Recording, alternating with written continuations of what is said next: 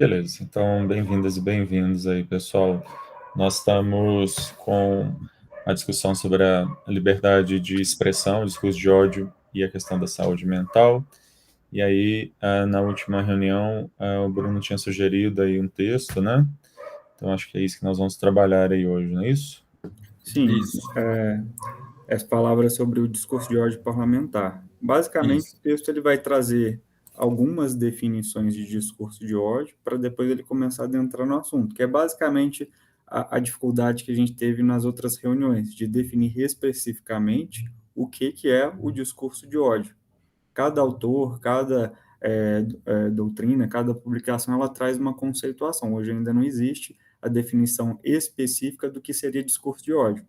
Para além disso, o texto também traz a possibilidade de tipos de discurso de ódio. O discurso de ódio direto, que ele fala especificamente o que ele pretende acontecer ou causar, e o discurso de ódio indireto, velado, que é o que a gente tem visto nas redes sociais atualmente. O exemplo que eu tenho para dar hoje seria a galera do Red Pill, que eles vão trazendo umas conceituações, vários tipos de discurso odioso de uma forma velada com um fundo de opinião, de moralidade, de masculinidade ou de naturalidade.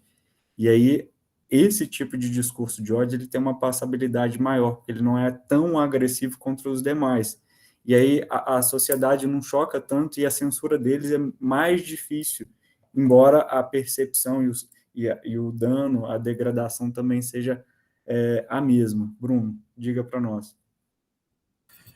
Então, gente, boa noite, tudo bem? Então, isso que o Wagner mencionou é uma coisa que eu estava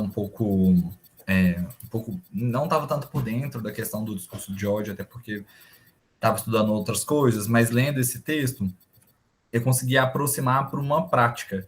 Embora isso que o Wagner fala seja uma constatação fática, não existe um crime detalhado, específico sobre a questão do discurso de ódio, existe uma normativa geral e ampla que protege a questão da fala, né? Eu acho que é importante mencionar isso do texto, porque ele traz as definições que alguns autores falam, né? Que eu acho que isso é importante, porque eu acho que estava um pouco solto sobre o que seria, né, o discurso de ódio. Eu acho que fica bem caracterizado, né, pelos autores que são trazidos no texto, sobre que o discurso de ódio é para poder discriminar. Eu acho que é o principal, seja uma perspectiva mais ampla, né, de uma discriminação generalizada por sexo, raça, gênero, religião, pessoas com deficiência, tenha uma amplitude ou ainda que seja restrito, porque tem alguns autores que restringem, não incluir a questão de gênero e sexualidade dentro do discurso de ódio. Né? Mas eu acredito que o principal a gente já tem, que é o fato de discriminar. Né? Tanto que a utilização dos conceitos lá de speech hate, né? Tanto o normativo e o substantivo, eles trazem essa clareza para a gente de um marcador para a gente conseguir caminhar aqui no grupo. Eu acho que é importante a gente ter isso como um marcador importante para conseguir alinhar e seguir. Porque eu estava me sentindo um pouco solto sobre a questão do discurso de ódio e, lendo o texto, existem pontos específicos que trazem essa delimitação teórica e metodológica, né? Tanto que faço uma referência sobre que o Wagner estava comentando, né? Ele vai falar mais para frente, mas a questão dos parlamentares e sobre a aplicação da Convenção Interamericana. Né? A Convenção Interamericana ela é muito clara, né? Lá no artigo 13 ela fala é possível liberdade de expressão, e lá nos incisos mais baixos fala que desde que não replique em discriminação por gênero, discriminação por sexo. Então, existe então uma limitação dessa liberdade de expressão, porque eu acredito que isso ficou... Eu pelo menos, me senti um pouco aberto, abstrato sobre o conceito, e pelo menos lendo o texto, e aí eu comecei a fazer algumas outras pesquisas, eu acho que já tem um caminho a gente seguir, né? Entender o discurso como um ato de discriminação, né?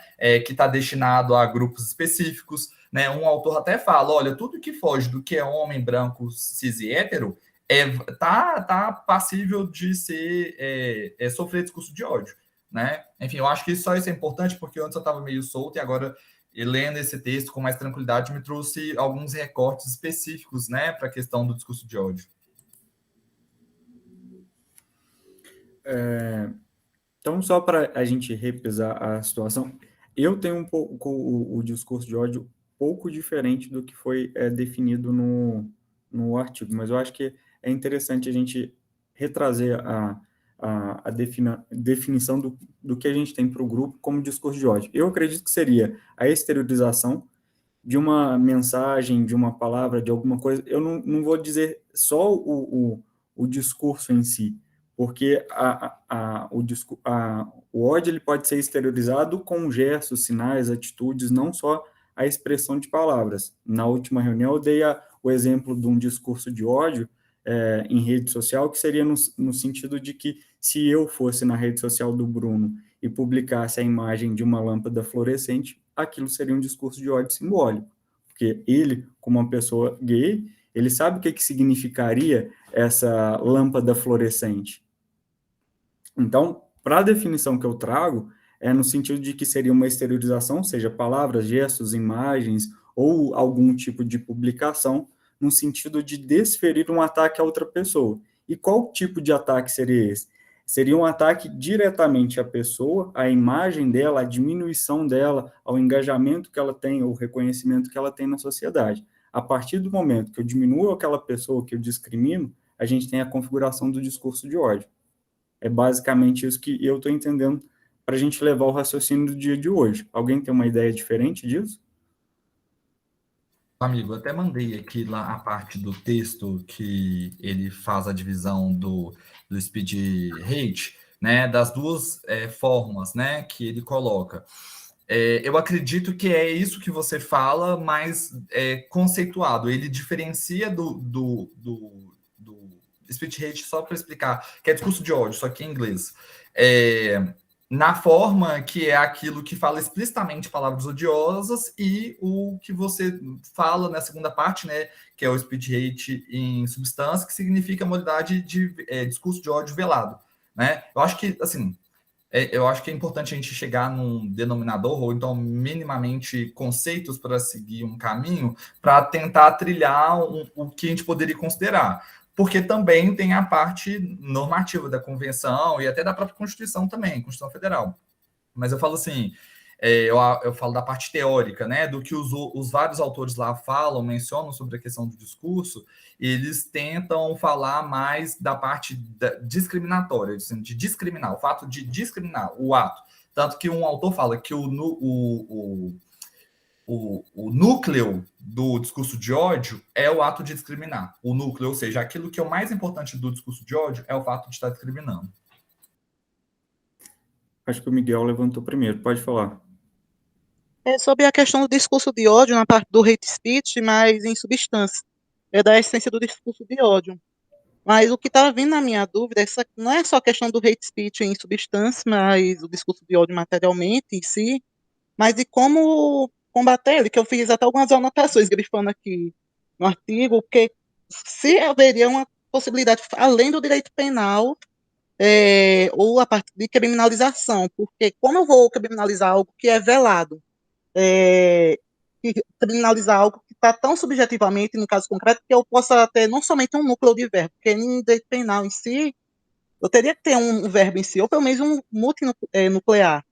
E na parte de combater ele na prática, eu vejo como inviável, pelo menos. Pode haver até uma técnica legislativa boa, em teoria, mas na prática inviável do combate dele somente pela via da criminalização, como ocorreu na Alemanha, que eles fazem tanto essa função de prevenção, mas da repressão em si, da criminalização.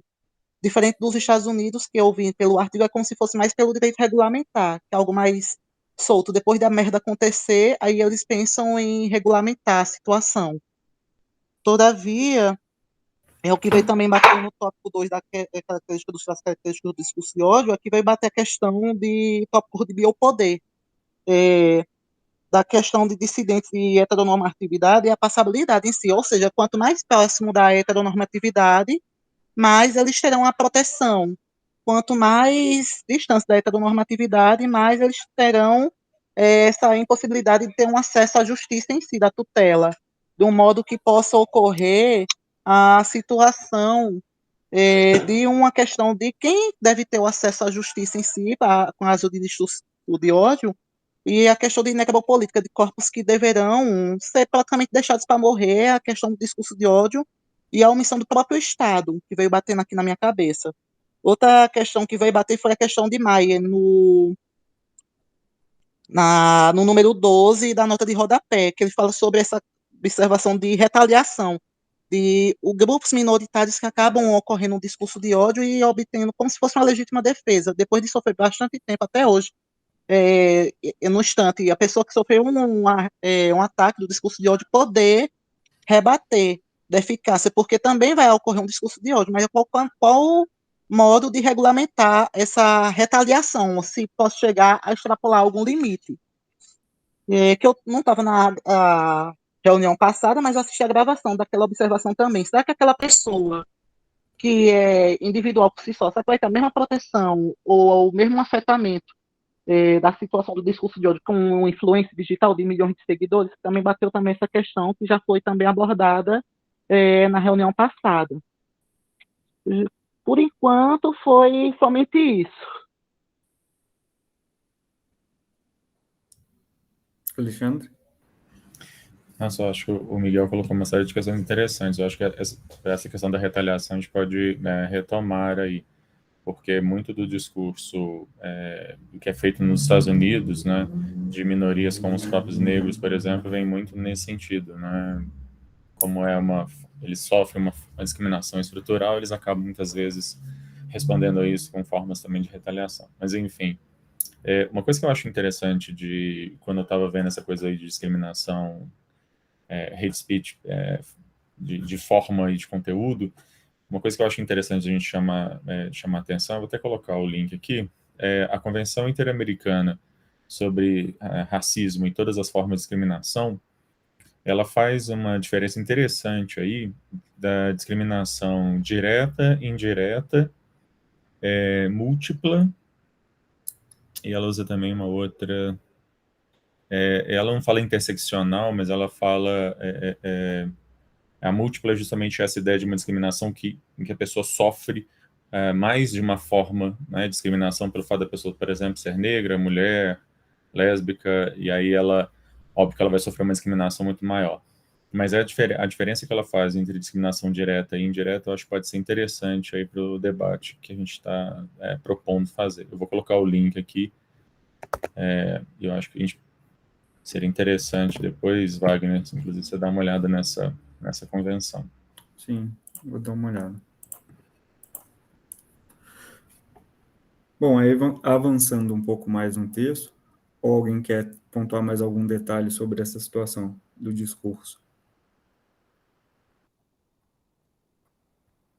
Avançando um pouco mais no texto, ele vai trabalhar a situação do discurso dos parlamentares, porque eles têm algumas prerrogativas para além das pessoas, digamos assim, normais, enquanto no exercício de suas funções. Então, em tese, eles teriam a possibilidade de um discurso mais irrestrito. E aí, um questionamento que eu tenho é que será que, ainda no exercício da função, poderia um parlamentar desferir discurso de ódio? Alguém acha que é defensável essa ideia? Eu, por exemplo, estou lá no parlamento, abriu a comissão, não sei o que e tal, e eu, na minha função de parlamentar, ainda que tenha uma previsão constitucional sobre isso, eu posso desferir ataques diretamente a minorias no sentido de diminuir as outras pessoas? Eu posso desferir discurso de ódio? Camila. Ô, Wagner, eu entendo que não, porque as prerrogativas não devem ser para ferir direitos constitucionais. E por mais que exista uma norma que autorize ele a ter outras vantagens que não iguais às nossas, como civis, aí tem a máxima da dignidade da pessoa humana. Assim que ele usar dessa prerrogativa e atacar uma minoria com um discurso de ódio, a primeira norma que ele vai estar violando é o princípio da dignidade da pessoa humana, que é elevada a uma categoria, como é que fala? Constitucionalmente é uma das coisas que norteiam todo o nosso ordenamento, todas as nossas condutas, todas as legislações infraconstitucionais que são redigidas no nosso país. Então, eu acho que ele se esbarra, qualquer prerrogativa, seja na OAB, seja na questão da política, com os legisladores, o parlamentar, vai esbarrar nisso. Vai esbarrar no princípio da dignidade da pessoa humana. Gabriel. Tá dando para me ouvir, pessoal? Porque hoje eu estou sem fone e microfone. Essa última pergunta do Wagner me lembrou um trabalho que eu fiz. Eu sou assessor na BPU, sobre o caso daquele deputado Nicolas. É Nicolas? Sobre, enfim, o negócio do Dia das Mulheres, né? E a questão que chegou para a gente era para emitir uma nota técnica justamente sobre essa questão, se a imunidade parlamentar cobria aquela conduta. E, na época, o meu posicionamento, eu que fiz a nota técnica, foi de que não, justamente seguindo a linha do que a Camila falou, porque eu parto da ideia seguinte: em direitos humanos a gente não trabalha com sopesamento de direitos, mas no direito constitucional, sim. E a imunidade parlamentar, enquanto um direito constitucionalmente previsto, ele deve ser sopesado com outros. O direito, ele não é constitucional, ele não é superior a um ou outro, e deve ser levado em consideração ali o caso concreto. A partir disso, não me parece razoável falar que a imunidade parlamentar deve ser aplicada a um caso em que é claramente uma conduta transfóbica, homofóbica, que inclusive ele usou muito desse artifício, desse tipo de fala, para se eleger, né, o que a gente sabe que é um comportamento de alguns políticos aí de direita, e isso não guarda relação efetivamente com o exercício da atividade parlamentar ali, né? Não é a atividade parlamentar que ele está fazendo, é destilar o ódio, a transfobia, fazer um discurso de ódio num ambiente que ele se sente protegido por uma característica profissional, mas que, de fato, não é. Miguel? Não, eu sigo a mesma linha da doutora Camila e do doutor Gabriel. Porque antes do caso do deputado Nicolas, teve também aquele caso do ex-deputado Daniel Silveira Pereira, que ele também desferiu, no período da pandemia, o discurso de ódio. A diferença é que o que foi utilizado pelo deputado Nicolas, o que muitos praticantes de discurso de ódio num convívio, já no caso empírico mesmo, é utilizado o discurso do ânimo jocante, para tentar se isentar. Ou seja, utilizar, dizer, eu fiz uma piada, só que apesar desse ano já tem previsão de alguns casos de ânimo jocante e não ser mais uma isenção de práticas criminosas em si. O que acaba lembrando também do caso é da imunidade parlamentar, apesar de ser prevista, o que pode observar é de querer colocar como direito absoluto, apesar que não existia o direito absoluto em si no próprio direito constitucional.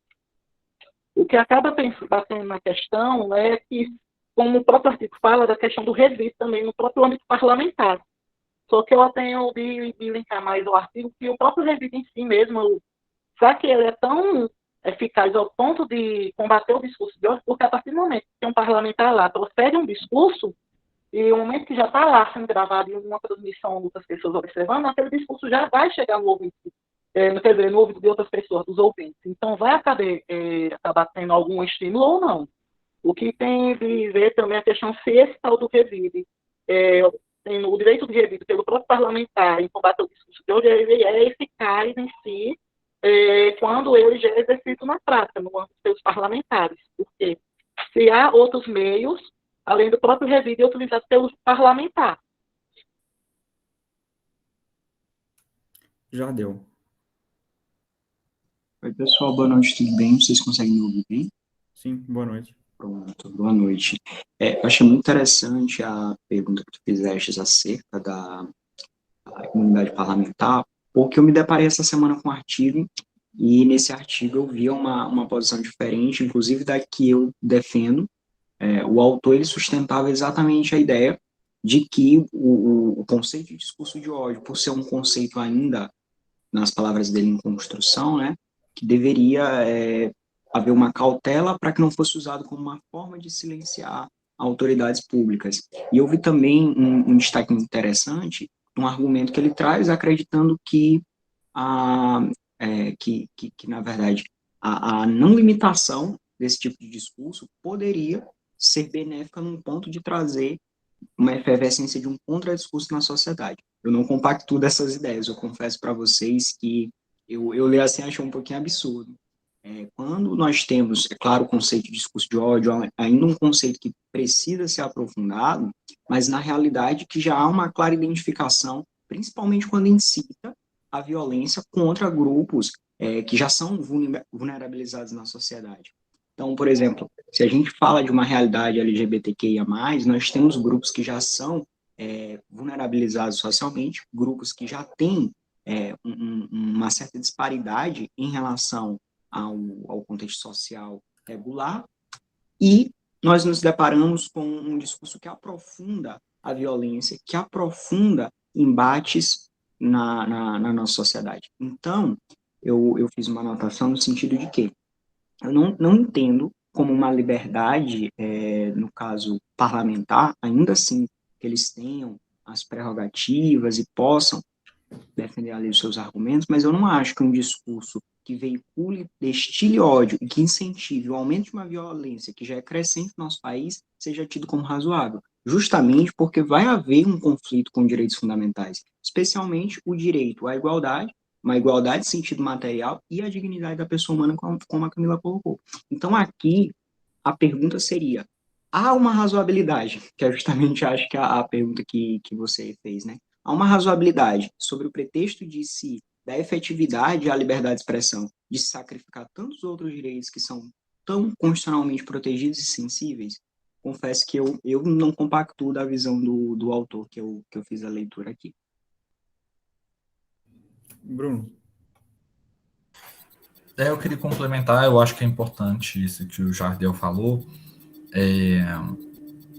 Embora não exista um conceito, e eu acredito que conceito não é a parte que vai delimitar o que a gente vai fazer ou não, mas é também construir a partir dos nossos próprios discursos como acadêmicos, né? Pessoas estão produzindo, já certificando dessa importância, a construção dessa ideia. Porque pensa, alguém sentiu confortável em escrever um artigo e publicar algo que atinge diretamente a proteção de direitos de pessoas e grupos minorizados.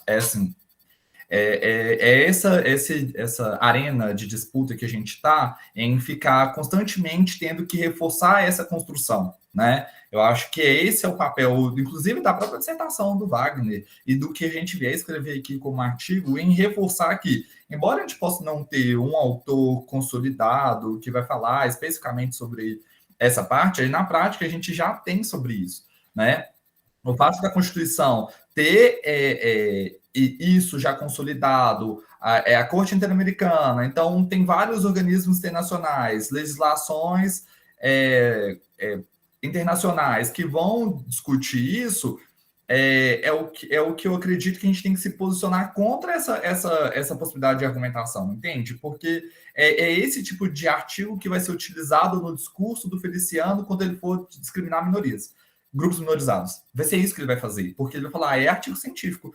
E essa é a narrativa. Então, enquanto a gente permitir que esses discursos se perpetuem, é isso que fortalece essa possibilidade de um parlamentar se sentir confortável em cometer um ato transfóbico no parlamento e achar que não vai dar nada para ele. Porque existe um arcabouço teórico por trás que dá voz, que dá força para ele poder fazer. Então, eu acredito que a gente, como grupo de pesquisa, pode propor, nem que seja um texto pequeno, algo simples, mas rebater teoricamente o que ele está falando. Porque não existe isso. Não existe, não é uma coisa... A gente não está nos Estados Unidos, como o próprio texto fala, no contexto americano, lá pode falar o que quiser, diferente da Alemanha, que passa pelo nazismo e não concorda com nenhum tipo de fala. Então, a gente, como brasileiro, né, latino, grupo colonizado, temos que lutar contra esse tipo de narrativa, em especial de grupos que querem aproveitar dessas falas para produzir discurso de ódio, porque eu tenho certeza que esse artigo não foi escrito porque ele é bonzinho e está pensando na liberdade de expressão.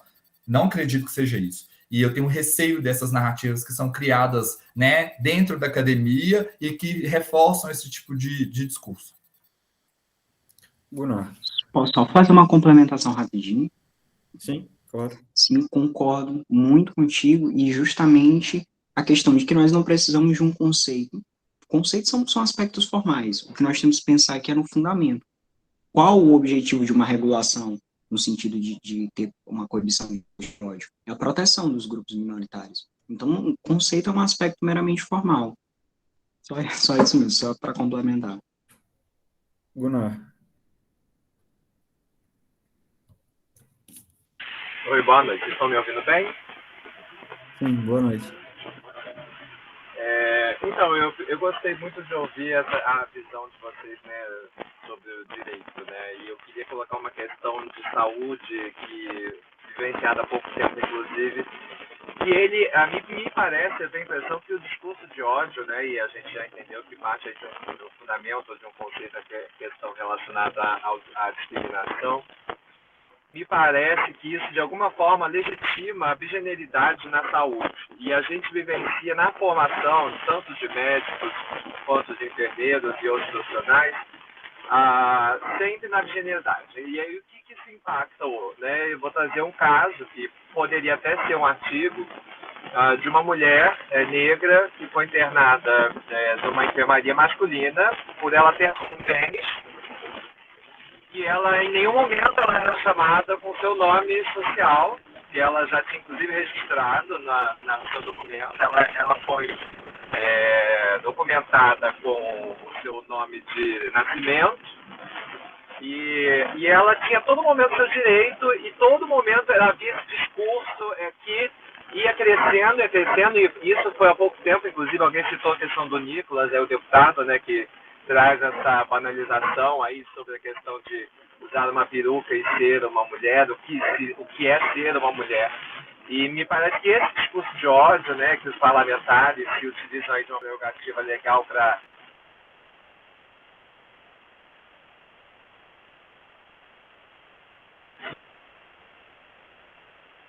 na saúde, entender que não é só o masculino e feminino, ou entender o que é o masculino e o feminino, porque essa paciente, por exemplo, ela tinha que ser submetida a um cateterismo vesical, e a minha estudante, ela virou e falou assim, ok, vamos fazer um cateterismo masculino. Aí eu falei, filha, eu olhei para ela, eu fuzilei ela com o olhar, né, a minha aluna, mas ela não entendeu o quanto aquilo feriu a paciente, né?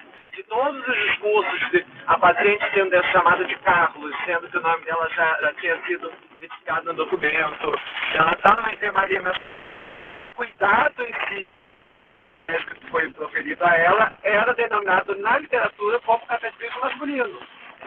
Né? Então, assim, não chamaria de desconstrução, porque eu desconstruir parece que eu quero apagar o que foi feito. Não, eu quero reconstruir. Né? Eu acho que a gente precisa a olhar para esses seres e entender que esse discurso de ódio cada vez mais legitima a generalidade e a manutenção dessa generalidade que impacta diretamente no direito à saúde, né, e o direito à dignidade humana. Foi outro termo que me chamou a atenção. Em 2023, completam 20 anos da Política Nacional de Humanização. Né, e o que aprendemos sobre o cuidado humano ao ser humano? Né, estamos muito aquém ainda do cuidado de respeitar a dignidade humana. Então, me parece que tem algum texto aí que poderia ser pensado, juntando essas questões sobre o discurso de ódio, né, e a questão também da manutenção da bigeneridade na sociedade, e aí particularmente falando da minha área na saúde, né, do direito à saúde que não é respeitado, afinal de contas, o que a torna mulher torna homem, né? Então, eu acho que vale a pena a reflexão nesse tipo de texto, que é um texto urgente para a área da saúde. A gente não tem nenhuma disciplina na graduação de medicina, de enfermagem aqui na universidade que aborde essa questão, como cuidar da população LGBTQIA+, levando em consideração a dignidade humana, né? Então, só para trazer essa reflexão e também, de repente, provocar algum tipo de possível aí texto para se pensar no futuro também, tá, Alexandre? Tomando um gancho na fala do Gunnar e também amarrando o texto no sentido da gente ir para a conclusão do texto e na provocação que o Bruno trouxe, a pergunta que fica agora para a gente, enquanto grupo, responder é o método de regulação. Como que a gente vai fazer isso sem que isso se configure censura, sem que a gente abra espaço para ter diversas interpretações para para, de certa forma, em vez de coibir o discurso de ódio, mas no sentido de silenciar outras pessoas, porque o que a gente trabalhou na reunião anterior é que o conceito das coisas, como bem lembrado pelo Jardel, ela vai evoluindo com o tempo. Então, antigamente, se a gente, aproveitando o Gunnar presente, se a gente falasse de masturbação, de sexualidade, de algumas outras coisas que hoje a gente tem como normais e como padrões, anteriormente elas eram tidas como erradas, abjetas, e foi a evolução social que permitiu com que hoje se pratique isso. Então, eu acho que agora a questão que a gente tem é qual o método que a gente vai usar para a gente restringir o discurso de ódio, sem que haja brecha para que isso provoque silenciamentos de minorias ou de alguns outros comportamentos ou discursos legítimos, e sem que isso se torne uma censura. Alguém tem alguma ideia de proposta, de método ou de alguma coisa a ser feita? Bruno? Eu acredito que a própria manifestação acadêmica nossa é um ato já de ir contra essa corrente. Eu acredito que a gente, como grupo de pesquisa, produzir artigos, como outros já foram produzidos aqui, que têm impacto acadêmico e também social, para além só do que é falado, é importante, né? Eu acredito que esse processo nosso aqui de construção, ainda que não tenhamos um denominador comum sobre o que ser o discurso de ódio, a gente já entende que é uma prática discriminatória, né? Eu acho que essa essência assim do que é o próprio discurso de ódio é um caminho para a gente construir uma teoria ou minimamente uma argumentação lógica que também se utiliza das normativas constitucionais, internacionais, né? Porque a única coisa que me causa receio é permitir que esses discursos utilizem dessa lógica de uma eventual restrição de liberdade de expressão. Só que, na verdade, é uma mentira, uma falácia. Não tem um conflito entre liberdade de expressão e o que a pessoa vai discriminar. É isso. Ou você tem liberdade de expressão, ou você discrimina. Ou você vai proferir palavras e ter discursos livres, ou você vai discriminar. É essa a questão. E o que eu fico percebendo das leituras é que existe quase um reforço, né? E na prática, principalmente dos parlamentares dessa onda conservadora que chegou, é essa de que é uma violação de liberdade de expressão, que a gente tem o direito de falar, como se isso fosse carta branca para você discriminar quem você quisesse, que não é, o que não é, e constitucionalmente não é. Embora a gente não tenha, né, uma regra específica para explicitamente sobre o discurso de ódio, é sobre a possibilidade de você poder falar desde que você respeite outras pessoas, que você respeite grupos minorizados, enfim. Eu acredito que a possibilidade de a gente escrever um artigo, até vi que o Alexandre mandou aqui no chat, eu acho que isso é sensacional, é uma possibilidade da gente colocar em prática essa onda que vem sendo construída e consolidada, e para a gente desfazer isso, né? Porque, óbvio, ninguém que é a favor de censura, né? Todo mundo aqui, acredito que todo mundo, enfim, não seja a favor disso, mas isso não tem nada a ver com o discurso de ódio, nada a ver, zero, é uma outra coisa. Então, assim, e essa tentativa, essa narrativa reiterada de, tá privando minha liberdade, ou mesmo falar assim, não, isso aqui é o que eu posso ser, como o Nicolas fez, então, assim, é isso, sabe? Eu acho que partir para esse exercício de escrita, para a gente divulgar, propor o que a gente fala, para consolidar também a nossa agenda, né? Nossa agenda contra esse conservadorismo. Miguel.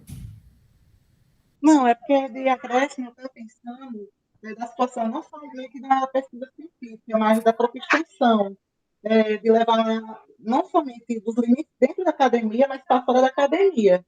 Porque é uma movimentação recente nossa de produzir academicamente para fazer o combate ao discurso de ódio, porque no século passado, ainda não faz nem 50 anos atrás, que tínhamos racismo legitimado pela pesquisa científica, o racismo científico. Tínhamos também a ideia de, por exemplo, a própria LGBTfobia também legitimada pela pesquisa. Então, a ideia também de levar, não somente dentro do âmbito acadêmico, de afunilar ao modo de estagnar a discussão, somente no âmbito acadêmico, mas levar às comunidades.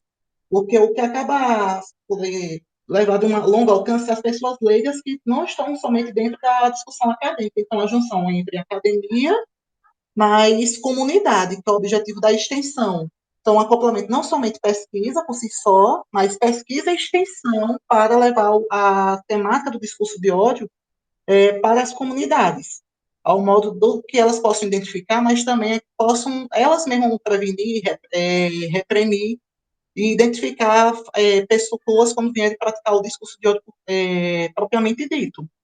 Porque o bom da pesquisa é poder descobrir, mas não adianta só fazer a pesquisa entre nós, ou fazer em conferências, ou fazer em seminários, e a discussão morrer somente entre os acadêmicos.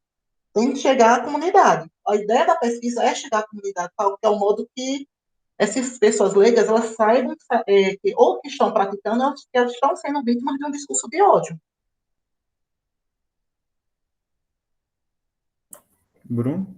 Eu vou só complementar porque o que o Miguel falou é importante, levar para a prática, e isso, né, é totalmente necessário, mas essa consolidação do que a gente fala com um argumento teórico para trazer para uma realidade fática é necessário, porque o que a gente encontra na prática, quando a gente vai tentar fazer projetos de extensão, e como o próprio grupo que faz, o Alexandre, nos diálogos com a burocracia do Estado, quando a gente vai falar sobre o que é a temática, existe um filtro. Existe um filtro de, tá, isso aqui ainda não é um tema muito consolidado, não. Isso aqui não é uma coisa tão, como eu posso dizer, já diluída nos discursos do cotidiano, né?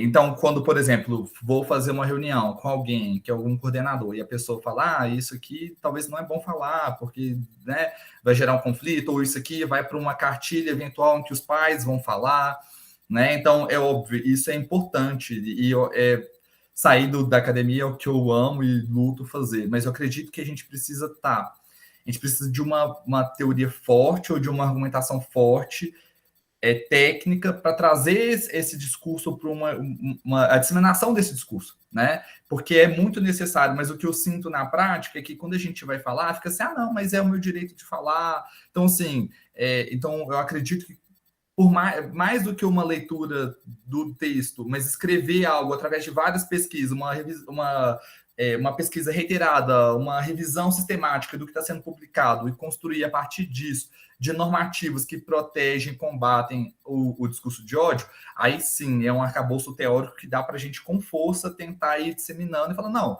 isso aqui não é só porque eu acho, isso é porque está na lei, isso porque está na teoria, isso que está sendo replicado. Então, assim, eu acho que é muito importante. Eu acredito que a gente precisa de um instrumento teórico, técnico, que dá para eventualmente depois virar, sei lá, não sou muito a favor de cartilha, mas uma cartilha para instruir, para aplicar em escola, enfim. Mas com certeza é isso, é aplicar na prática. Só que vendo na realidade, quando a gente vai tocar em assuntos, falar de diversidade já é uma questão complexa.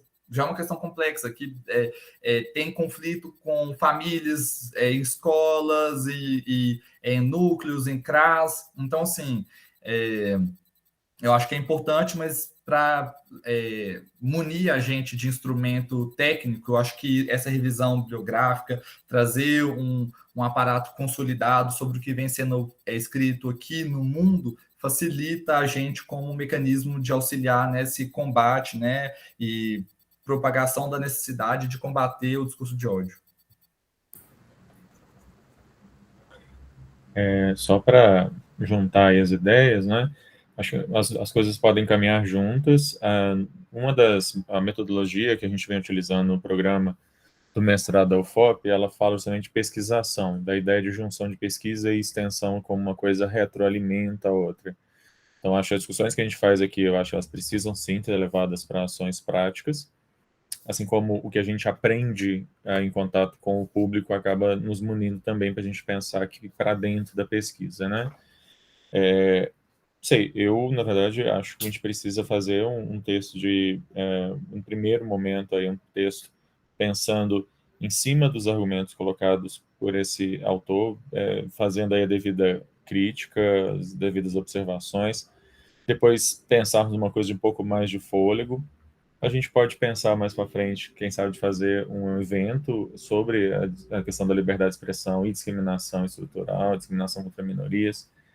É um evento que pode ser híbrido ou virtual, considerando a falta de grana, né, das universidades públicas ainda. E eu acho que a partir daí a gente acabou fomentando outras coisas, trazendo outras pessoas para pensarem juntos e tal. Isso aí, o que o Wagner pensa aí, Bruno? Sim, a gente dá visibilidade à causa, porque quanto mais disseminado, mais ideias e possibilidades de resolver o problema. Inclusive porque tem gente por aí pesquisando e falando sobre liberdade de expressão em outros sentidos, viu? Falando um monte de bobagem por aí, que liberdade de expressão... Bom, não só esse texto, mas tem gente aí, inclusive dentro da academia, escrevendo que liberdade de expressão é liberdade de falar qualquer coisa, liberdade de expressão eu posso fazer qualquer coisa, defendendo o discurso do Feliciano e coisas do tipo. Isso dentro da academia, isso me preocupa muito mais. Quando isso é feito dentro da própria academia, porque acaba virando, liberdade de expressão acaba virando um grande mal-entendido, como sempre fala o Paulo Iotti. Então, a gente precisa marcar posição também com relação a isso. Porque esse discurso há muito interessa algumas pessoas em específico. Se a gente imaginar que no Brasil a gente teve um presidente que foi basicamente eleito em base de discurso de ódio, é um assunto que já deveria ter sido mais destrinchado e mais trabalhado a longo tempo. Só que a quem interessa isso? Quem quer realmente que isso seja coibido? Quem é o atingido, entende? Então, eu acho que dificilmente a gente consiga extirpar esse mal da sociedade tão logo, até porque a gente já teve vários projetos de restrição e não passaram. Hoje à tarde eu tive a notícia de que, sim, temos uma restrição à liberdade de expressão contra os parlamentares. Não tá valendo ainda. É uma coisa que eu pretendo ler, eu não posso falar com grande segurança, mas, assim, a quem interessa esse assunto? Para eles está sendo aprovado, e para a gente não chega nem a votar, ele é arquivado antes de votar. Então, é uma situação que a gente realmente tem que dar uma atenção maior. Em relação à reunião de hoje, eu acho que a gente conseguiu esgotar as provocações do texto, não consigo imaginar nenhum outro assunto que a gente pode dar liga dentro dessa reunião, sem estender ao ponto da gente estourar o tempo que a gente se propôs a trabalhar. Alguém tem mais alguma coisa ou sugestão para a próxima reunião, no caso?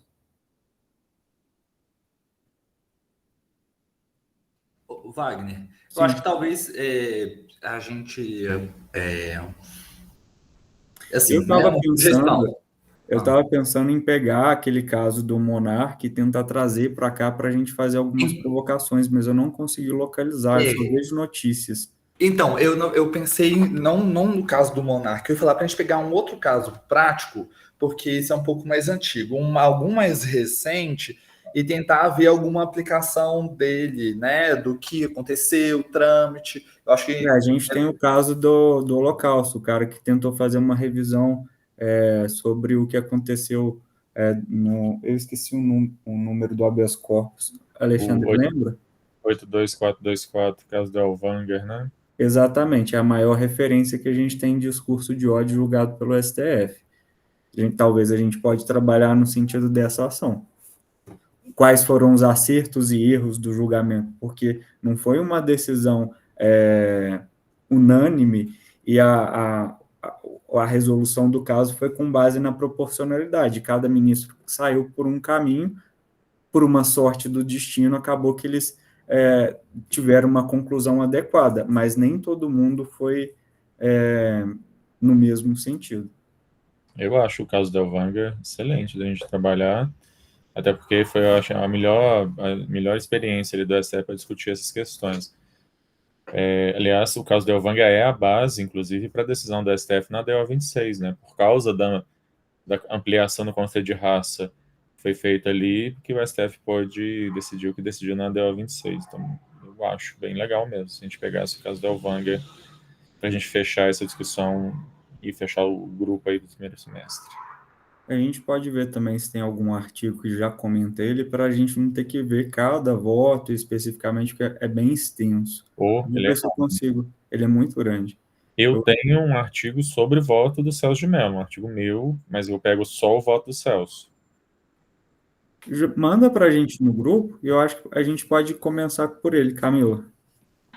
Outra coisa que eu acho interessante é o Jardel, se ele puder disponibilizar para a gente esse artigo que contrapõe tudo que nós estamos discutindo, para a gente conseguir ver a argumentativa e os fundamentos e poder Eu entender estava, melhor o que ele eu colocou em estava, ponto. inclusive, dando uma olhada aqui nele, porque ele faz uma referência a um outro, e eu já peguei aqui a página, eu vou encaminhar depois no grupo, tá? Perfeito. Bom, então acho que por hoje é isso. A gente já conseguiu delimitar a próxima reunião. Alguém tem mais alguma coisa a complementar?